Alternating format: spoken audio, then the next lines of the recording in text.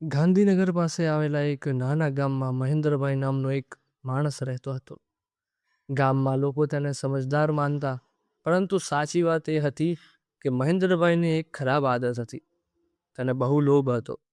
તે હંમેશા વિચારતો કે કેવી રીતે વધારે પૈસા કમાઈ શકાય, ભલે તે માટે સાચો રસ્તો છોડવો પડે.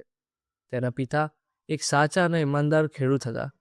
તેઓ હંમેશા કહેતા કે મહેનતનો પૈસો ઓછો હોય તો પણ તે સુખ આપે છે, પરંતુ ખોટા રસ્તે કમાયેલો પૈસો ક્યારેય શાંતિ નથી આપતો. મહેન્દ્રભાઈ બાળપણથી જ પિતાની આ વાતો સાંભળતો હતો, પણ તેને લાગતું કે આજના સમયમાં ઈમાનદારીથી કોઈ અમીર નથી બનતું. સમય પસાર થતો ગયો. મહેન્દ્રભાઈ મોટો થયો અને નાનકડી દુકાન શરૂ કરી. શરૂઆતમાં તે સાચા રસ્તે કામ કરતો હતો, પણ જ્યારે તેને બીજા વેપારીઓને ઝડપથી પૈસા કમાતા જોયા, ત્યારે તેના મનમાં ફરી લોભ જાગ્યો.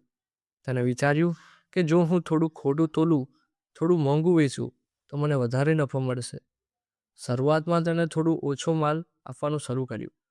ગ્રાહકોને ખબર પડી નહીં અને મહેન્દ્રભાઈને વધારે પૈસા મળવા લાગ્યા. હવે તેને લાગ્યું કે આ રસ્તો સાચો છે. ધીમે ધીમે તે ખોટું બોલવા લાગ્યો, નકલી માલ વેચવા લાગ્યો અને લોકોનો વિશ્વાસ તોડવા લાગ્યો. ગામમાં એક વૃદ્ધ માણસ રહેતા હતા. નામ હતું હરિભાઈ.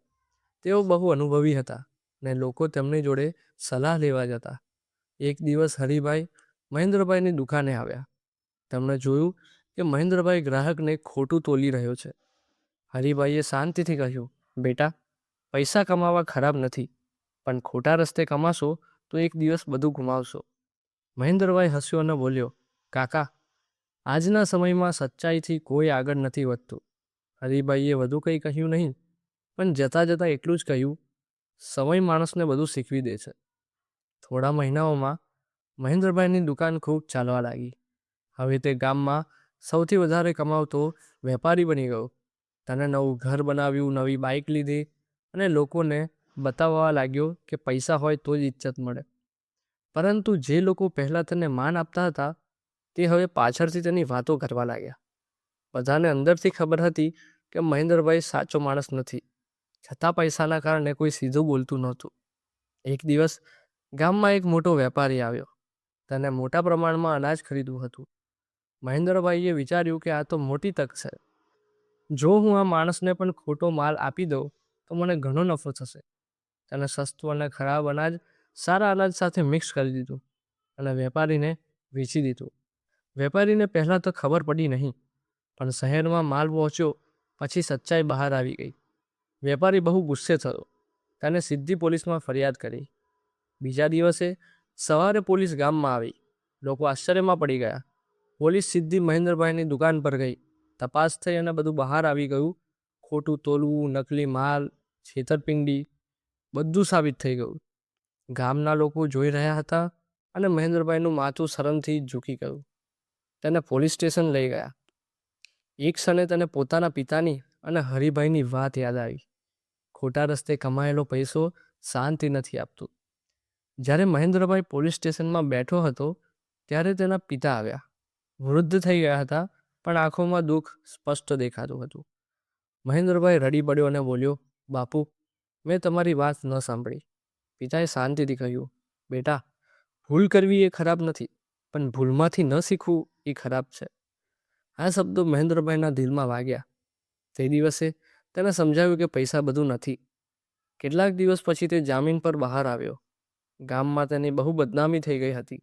લોકો હવે તેની દુકાને આવતા નહોતા. પહેલાં જે પૈસા પર તેને ગર્વ હતો, તે હવે કોઈ કામના રહ્યા નહોતા. થોડા દિવસ સુધી તે ખૂબ નિરાશ રહ્યો, પણ પછી તેણે નિર્ણય કર્યો કે હવે તે સાચા રસ્તે જ જીવશે. તેણે દુકાન ફરી શરૂ કરી, પણ આ વખતે પૂરી ઈમાનદારીથી. શરૂઆતમાં કોઈ આવતું નહોતું, પરંતુ ધીમે ધીમે લોકોનો વિશ્વાસ પાછો આવવા લાગ્યો.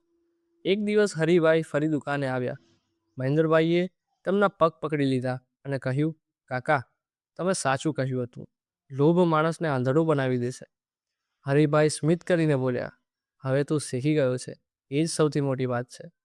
વર્ષો પછી મહેન્દ્રભાઈ ફરીથી સારો વેપારી બન્યો, પરંતુ આ વખતે લોકો તેને પૈસા માટે નહીં, તેની સચ્ચાઈ માટે માન આપતા હતા. ગામમાં એક કાર્યક્રમમાં મહેન્દ્રભાઈને બોલાવવામાં આવ્યો. ત્યાં તેને બધાની સામે કહ્યું, મને જીવનમાં સૌથી મોટો પાઠ મળ્યો. લોભ માણસને થોડા સમય માટે જીતાડે છે, પણ અંતે હરાવે જ છે. તેના પિતા નીચે બેઠા હતા અને ગર્વથી તેને જોઈ રહ્યા હતા. મિત્રો, આ વાર્તાથી આપણને શીખ મળે છે કે લોભથી કમાયેલું સુખ થોડા સમયનું હોય છે, પરંતુ ઈમાનદારીથી મળેલું સુખ આખી જિંદગી ચાલે છે. તમને આ વાર્તા કેવી લાગી કમેન્ટ કરો. જો વિડીયો ગમ્યો હોય તો લાઈક કરો અને તમારા મિત્રોને પણ મોકલો. મળીએ એક આવી જ નવી વાર્તા સાથે. ત્યાં સુધી આવજો.